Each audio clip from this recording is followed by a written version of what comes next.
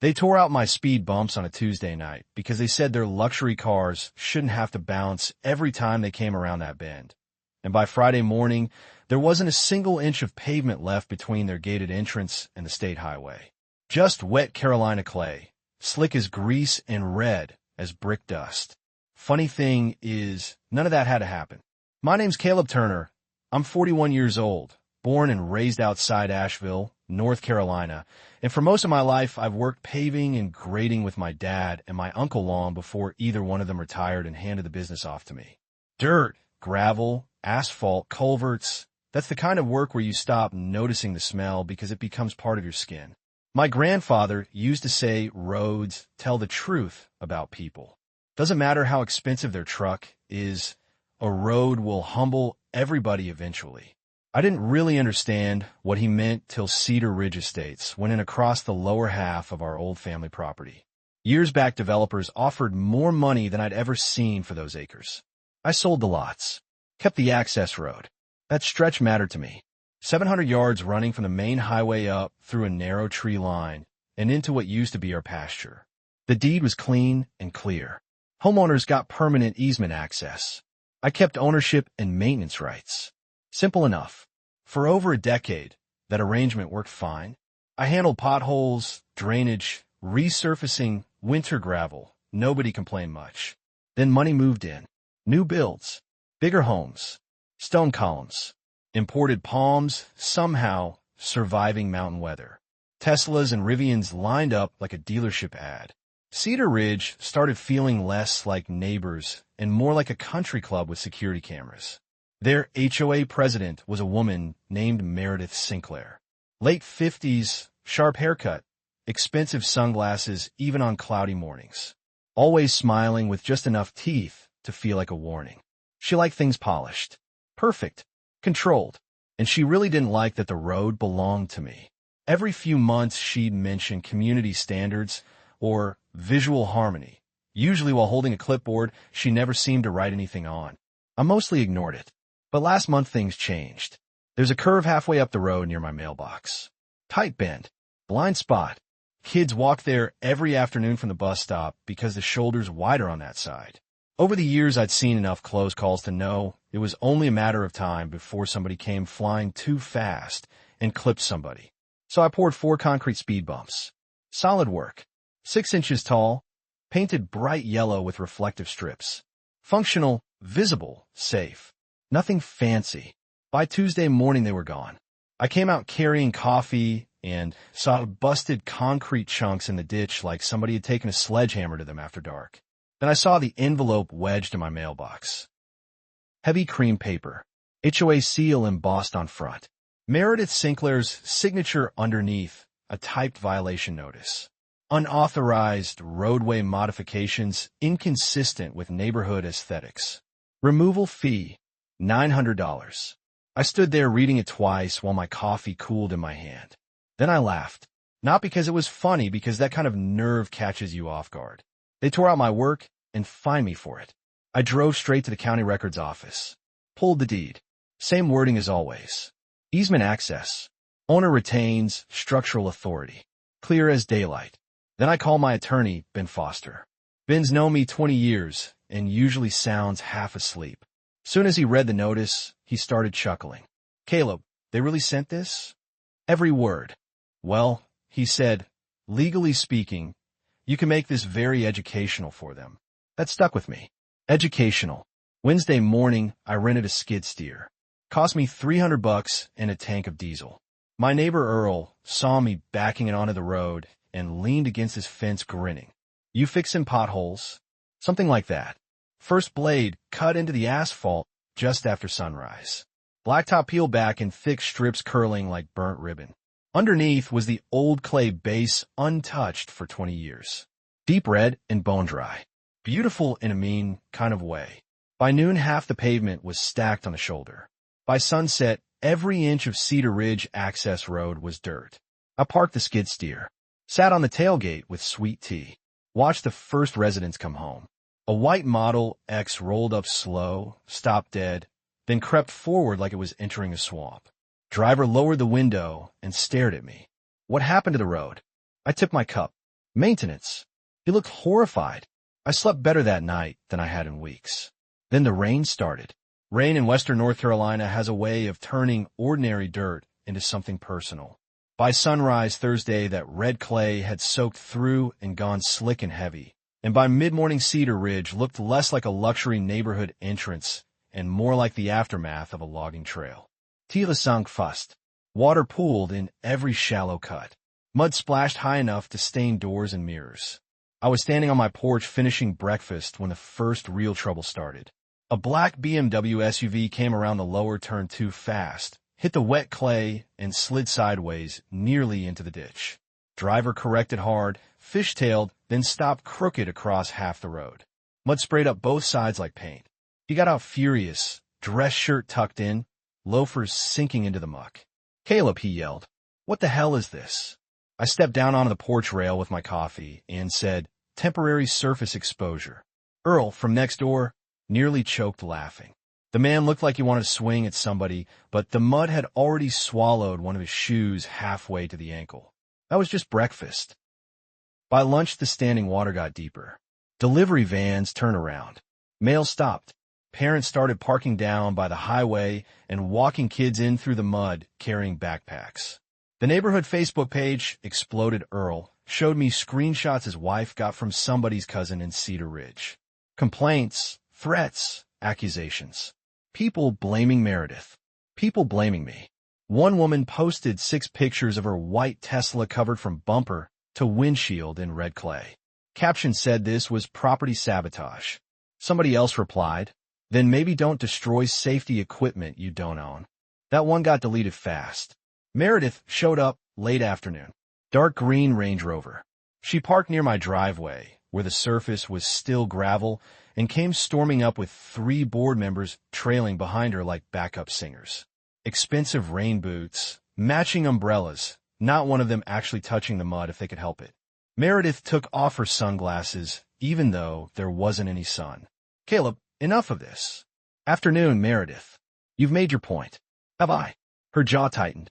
"You cannot strand 47 families because you're upset over decorative traffic features." I actually smiled. Decorative? The speed bumps violated HOA standards. Roads not HOA property. Residents have access rights. Exactly. Access. Ownership's still mine. She stepped closer, then pave it back immediately. Happy to. I walked inside, grabbed a folder off the kitchen table, and came back. Handed her a printed invoice. She skimmed page 1, and her face changed. Asphalt material and delivery. $89,000. Equipment and labor. $12,000. Long-term maintenance agreement. $7,000 annually prepaid. Engineering consultation and compliance oversight. Grand total $168,000. Meredith looked up sharp. "You've lost your mind." "No," I said. "I've just priced it correctly." One board member muttered, "This is extortion." "Nope. Extortion would be if I sent you a fine on cream-colored paper." Earl had to walk back inside before he laughed out loud. Meredith folded the invoice and shoved it into her purse like she hated touching it. "You'll hear from our attorneys." Looking forward to it. She spun and marched off. That evening rain came harder. Full downpour. The clay got thick enough to pull boots loose. Friday morning, one of the Teslas buried itself axle deep halfway up the incline. Tow truck had to back in with chains. Took 2 hours. 100 feet of cable. Guy running the tow looked over at me while hooking up and said, "Man, this neighborhood must have really irritated you." I said, "You have no idea." By Saturday, it wasn't funny anymore for them. Listings started getting pulled because realtors couldn't bring buyers through. One family canceled an open house. Landscaping crews refused service till the road stabilized. A contractor building a guest house at Lot 12 called Meredith screaming because his trailer sank. Earl heard every bit of it through open windows. Then came the turning point. Sunday afternoon, Meredith's husband, Grant Sinclair, investment banker type, pressed shirts and polished loafers, decided he was going to prove the road was passable.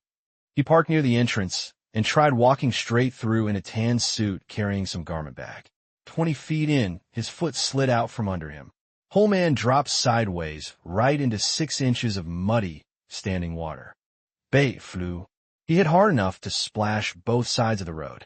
Earl saw it from his tractor and called me before I even looked outside.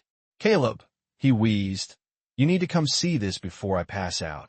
Grant got up covered shoulder to ankle in red clay, face furious and embarrassed all at once. Meredith arrived seconds later and looked ready to combust. They drove off. That night Cedar Ridge held an emergency HOA meeting. I know because two residents I'd always gotten along with texted me separately. They weren't thrilled with Meredith anymore. Folks were mad. They wanted the road fixed before values dropped more. Monday morning Meredith called. First time she'd ever used my first name without sounding like she was issuing a warning. Caleb, we need to resolve this. I agree. Can you come to the clubhouse? No, ma'am. You can come here. She did. Alone this time. No sunglasses. No clipboard. Just tired eyes and mud still dried around the bottom of her SUV doors. She sat at my porch table while I poured sweet tea and pushed the paperwork over. The number's lower now, I told her. 98,000 wired up front for materials. You buy labor yourselves. You and the board install under my supervision. I inspect everything. She stared. You're serious. Completely. You expect us to pave the road? I expect people who removed professional work without permission to understand what it takes to replace it. Long silence. Wind moving through the pines. A school bus down on the highway. Finally she said, quiet. And if we refuse, then eventually the clay settles. Maybe county reclassifies access conditions. Maybe delivery companies stop altogether. Hard to say. Meredith looked toward the bend where the old speed bumps used to be. Then back at me. You're enjoying this. I took a sip. Thought about it. A little. She almost smiled despite herself. Then shook her head and signed. Wire transfer hit Friday morning.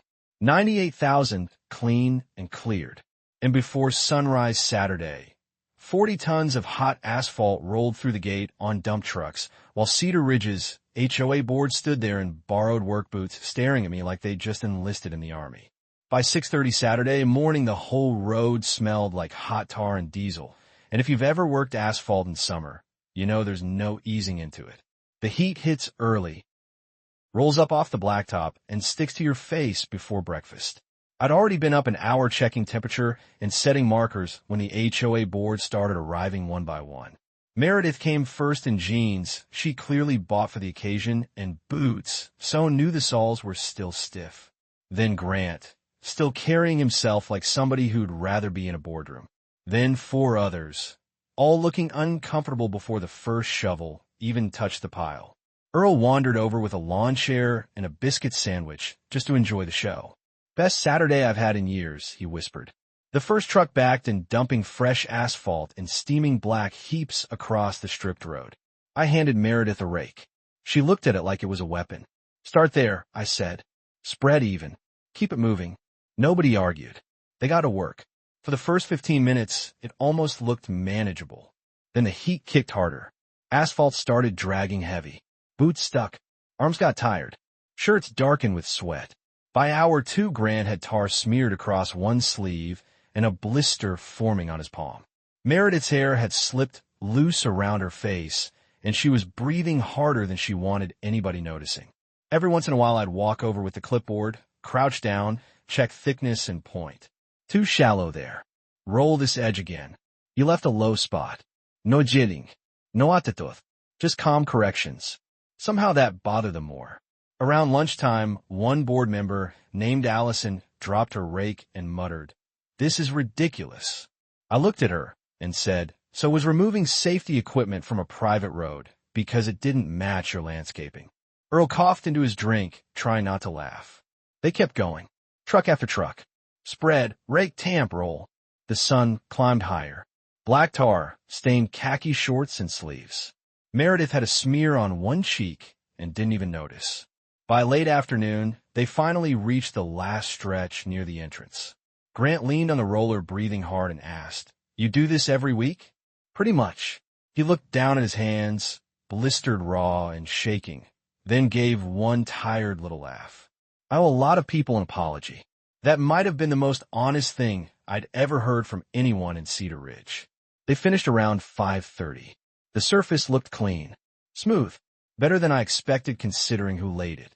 I walked the entire road slow from one end to the other. Meredith and the board followed behind me like nervous students waiting on grades. I checked edges, drainage, seams. Then I stopped at the bin near my mailbox. Everybody knew why. There was a stack beside my truck covered with a tarp. Earl already knew and was grinning before I even pulled it back. 6 fresh concrete speed bumps, bigger than the originals. Bright yellow, reflective tape already attached. Meredith closed her eyes. You're kidding. Afraid not. There were 4 before. Now, there's 6. Grant actually laughed. Tired, defeated kind of laugh. Of course there are. And these are 8 inches tall, I added. Safer for the curve. Meredith looked like she wanted to argue. Then she glanced down the road at the fresh pavement she'd spent 11 hours helping build with sweat running down her face and blisters on both hands. And she just nodded. Didn't say a word. We installed every one before dark. Concrete anchors set clean, level and solid. Then I pulled out the maintenance agreement. 10 years. Any structural changes required owner approval mine. Meredith signed first, then Grant, then the rest. By sunset, Cedar Ridge had its pavement back, smoother than before, and 6 bright yellow reminders across the most dangerous stretch of road. The next Monday morning, I sat on the porch with coffee and watched the first wave head out to work. Teslas slowing almost to a crawl. BMWs easing over carefully. Nobody speeding. Nobody cutting the bend. One SUV paused near my mailbox. Window rolled down. Young dad I'd seen a few times with his daughter walking from the bus stop. He gave me a nod and said, honestly, thanks. Then drove on. That one stuck with me. Meredith changed after that. Not overnight, but enough. Less clipboard. Less attitude. A few months later, she even waved first when she passed. Grant started stopping, sometimes to chat if I was out by the truck. Asked questions about grading and drainage like he actually wanted to learn something. Funny how fast people change when they spend a day sweating in 90-degree heat doing work they thought was beneath them. But here's the thing I still think about sometimes. Maybe I went too far. Maybe tearing up the whole road over 4 speed bumps was excessive. Maybe I could have sent a legal notice and handled it cleaner. My sister sure thought so. She still tells me I enjoy proving a point too much. Earl says I didn't go far enough. According to him, I should have added 8 speed bumps and charge admission. Truth is, I don't know. I know kids still walk that bend every afternoon and cars slow down every single time. I know nobody from Cedar Ridge has touched that road without calling me first. And I know my grandfather was right. Roads tell the truth about people, about pride, about entitlement, about what happens when somebody mistakes convenience for control. So now I'm curious what you think. Did I cross the line when I tore up that road? Or was Meredith and the HOA asking for exactly what they got? Drop your thoughts in the comments. And if you've ever dealt with neighbors or an HOA trying to control something that wasn't theirs, hit subscribe and tell your story too. Because sometimes the loudest lesson in a neighborhood comes from slowing down long enough to notice who actually built the road beneath you.